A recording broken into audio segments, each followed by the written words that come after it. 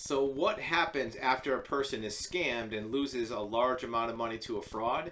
And how do you deal with law enforcement, the FBI, to get your money back? Here's a great story on NPR about a woman who was scammed and took some steps to try to get their money back. What happened? She was scammed out of $800,000, and that's a lot of money. It was her life savings, and had a process for trying to recover these funds. This is a typical bank fraud scam where she received a message from supposedly from her bank about a wire transfer, and it said, "This is Dave from security department at Citibank," and they told her that somebody's trying to steal money, to give them to log in, and next thing you know, her account had drained $800,000, her entire life savings. So she contacted the FBI, but the agent told her, unfortunately, they would not be opening an investigation. And the reason why is because the FBI does not take on individual cases. They receive so many complaints, they have to be extremely selective. We've seen this a lot of times. It's not really their fault. They get thousands of these cases on a regular basis, and they can't take them all. So you want to report it to the IC3, Internet Crime Complaint Center. If they get enough from the same scammer. Your video will be back in 8 seconds. In the meantime, remember, you have access to live one-on-one consultation, undivided attention of a licensed certified expert in this subject and many others.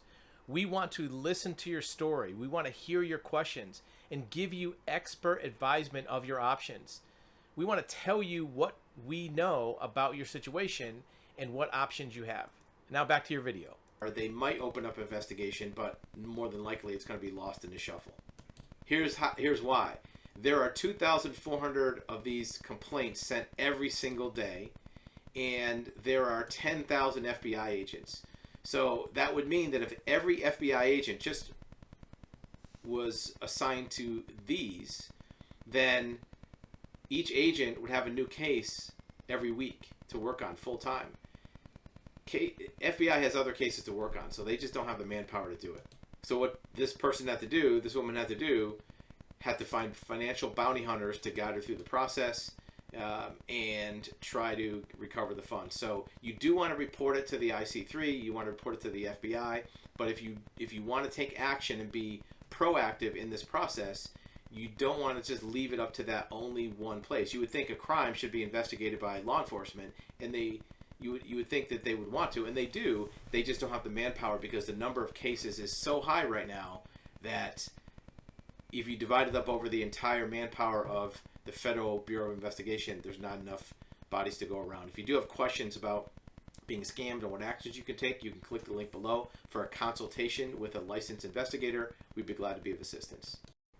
Thank you for watching another video at actualhuman.com and describe.tv. Remember, if you have questions or comments about our videos, put them in the link below.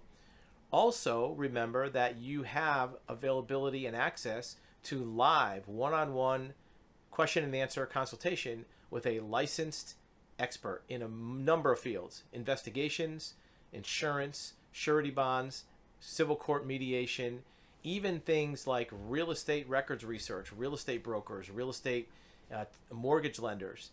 In addition, you're going to find that experts are available in business segments, business development, marketing, advertising, certified licensed experts. So if you do find this content valuable and you want to delve more deeply into a subject, you can't ask YouTube a question, right? But if you want to talk to somebody live, an actual human, use the link below. Thanks for watching.